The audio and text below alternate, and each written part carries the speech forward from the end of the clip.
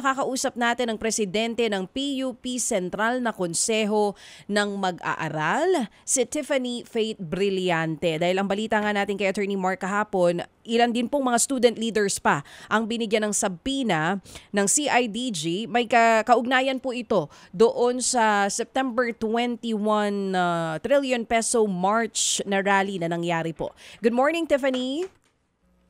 Ayan, isang magandang umaga po sa ating lahat at sa mga tagapakinig sa True FM. Ayun. Tiffany, bago po ang lahat, anong kurso mo sa PUP at anong year ka na? Ayan, ako po si Tiffany, kasalukuyang presidente ng PUP Sentral na Konseho ng Mag-aaral at kasalukuyan din pong isang 4th-year student na kumukuha ng Bachelor of Arts in Political Science. Oo. At sa'yo na rin mismo manggaling, tama ba? Isa ka sa mga nakatanggap ng sabina galing sa PNP CIDG? Tama po yun. Noong isang araw po ay nakatanggap ako ng sabina mula sa PNP CIDG stating halos parehas lang dun sa natanggap na sabina ni Chairperson ng UP Diliman University Student Council no, na iniimbestigahan dun sa naganap na mga violent actions sa naganap na protesta noong September 21. Oo. Tiffany, kasi si Joaquin, nung sinilbihan ng sabina, wala siya sa bahay nila eh. Tsuhin niya, tumangging tanggapin yon. Yung sa iyo, anong kwento? Nung isang araw pinadala, sino ang tumanggap? Sige.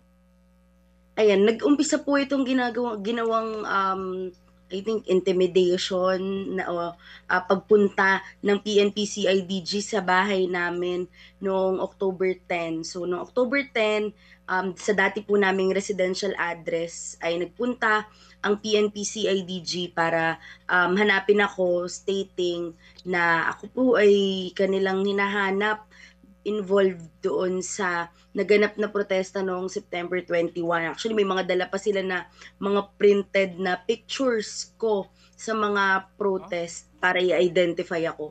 So, noong October 10, ganun po, pinagtanong kung doon pa ako nakatira sa dati naming residential address. Nung malaman na hindi, ay sabi nila, hahanapin daw nila kung saan ako kasalukuyang nakatira.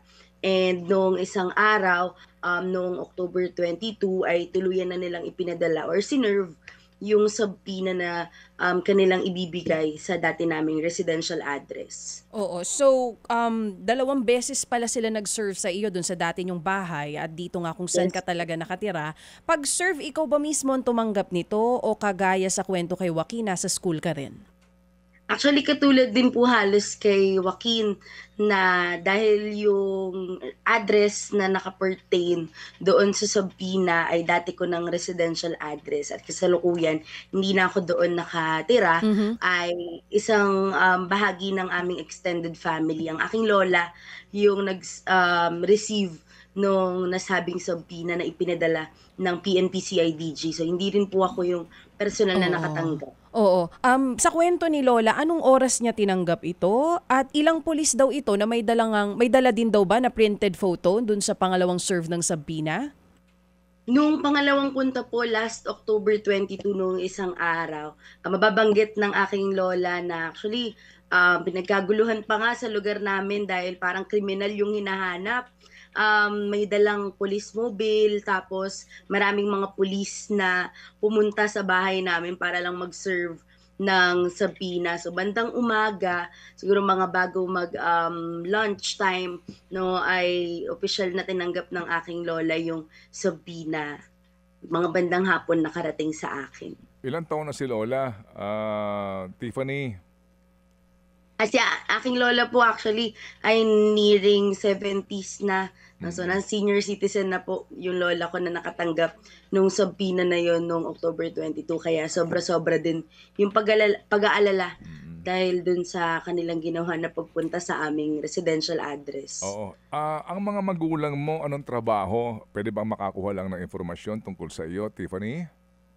Yun po, sa kasalukuyan, yung aking mga magulang na nagsusuporta sa akin sa pag-aaral sa PUP, ang aking ina ay isang housewife, habang yung aking tatay naman po ay isang manggagawa, isang therapist aide sa ospital. Yun po. Ilan kayo magkapatid? Ako po ay pangalawa sa aming magkakapatid, bali 4 po kami. Oo, lahat kayo nag-aaral pa. Yung aking panganay na kapatid po ay kasalukuyan nagtatrabaho na rin, pero yung dalawa ko pong kapatid na mas bata sa akin Oo. ay nag-aaral pa. Oo. Yung mga magulang mo, mga ano ng edad nila, Tiffany? Yung aking mga magulang po sa kasalukuyan ay, nasa edad na 45, 46. Okay, so Medyo mga ano, so mga may tuturing ko no na mga bata pa mga magulang mo. Ano ang opo. sabi sa ng lola mo at mga magulang mo dito sa subpina na tinanggap ninyo galing sa mga pulis? Hindi ba sila nagsabi sa ano ba ang mga sinabi sa Well, yung mga magulang po, siyempre yung buong pamilya, nung nalaman na, yun nga, merong banta ng pagsaserve ng subpoena laban sa akin, nung October 10 pa lang ay siyempre nagpahayag ng pag-aalala, no, na bakit ganito, sino ba namang magulang ang gugustuhin na hinahanap ng PNP CIDG yung kanilang anak, so labis yung pag-aalala, no, bakit ganito yung ginagawa, no, samantalang sila ay well aware, no, na noong September 21 ako ay nag-participate doon sa naganap na protesta sa Luneta at sa Menjola in my capacity as a student leader in PUP. So grabe yung pag-aalala dahil hindi makatarungan itong ginawa na pagsiserve sa akin ng subpoena ng PNP CIDG. Hindi ka ba sinabihan na, "Anak, itigil mo na 'yan. Huwag ka nang sumali diyan, huwag ka nang sumama diyan, paubaya mo na sa iba 'yan." Well, nung una po, siyempre nung unang malaman na ako ay nakatanggap ng subpoena mula sa PNP CIDG, siyempre galit, pero hindi pa nga directed sa akin yung galit.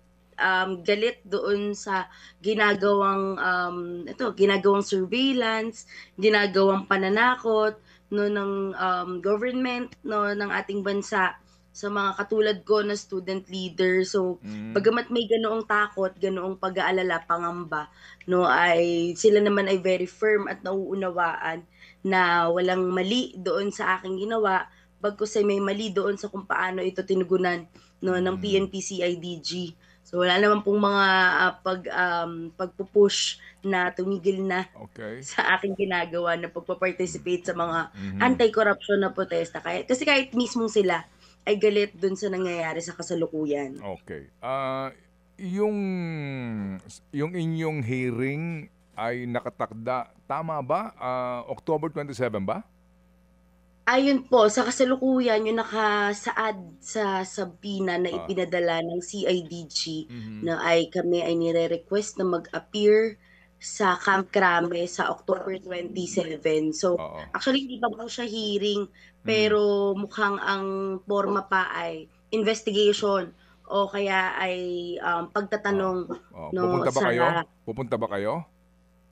sa kasalukuyan sa pakikipag-ugnayan po namin sa aming mga legal counsel ay, hindi pa namin napagtatalakayan yung Mhm, pag-appeal, pero sa ibang mga student leaders na napadalhan ng hmm, subpoena kagaya ni Jacob Baluyot mula rin sa PUP, mhm, isang student journalist, nakapagpadala na siya ng answer letter sa CIDG stating na hindi siya magpa-participate doon sa ginagawang investigation ng PNP CIDG sa mga naganap na violent actions noong September 21. Sa bahagi ko, ay pinagtatalakayan pa namin ng aming legal counsel kung paano sasagutin itong ipinadalang subpoena na ito dahil malinaw na ito ay forma ng intimidasyon laban sa akin bilang isang student leader at magiging isang danger kung mag-a-appear ako sa Camp Crame. Ito ay malinaw na sagka sa aming seguridad bilang mga student leaders katulad hmm. din ni Joaquin. Ngayon ba meron na kayong surveillance na nararamdaman? Well, sa kasalukuyan po, lungkot, nakakagalit, no, na ilang beses akong pinuntahan ng PNP-CIDG sa aming residential address, no, dala-dala pa yung aking mga litrato. So yung serye ng kanilang pagpunta sa bahay namin, no, ay malinaw na porma na ng surveillance bago pa man din Hmm, na-serve yung subpoena na kanilang ipinadala.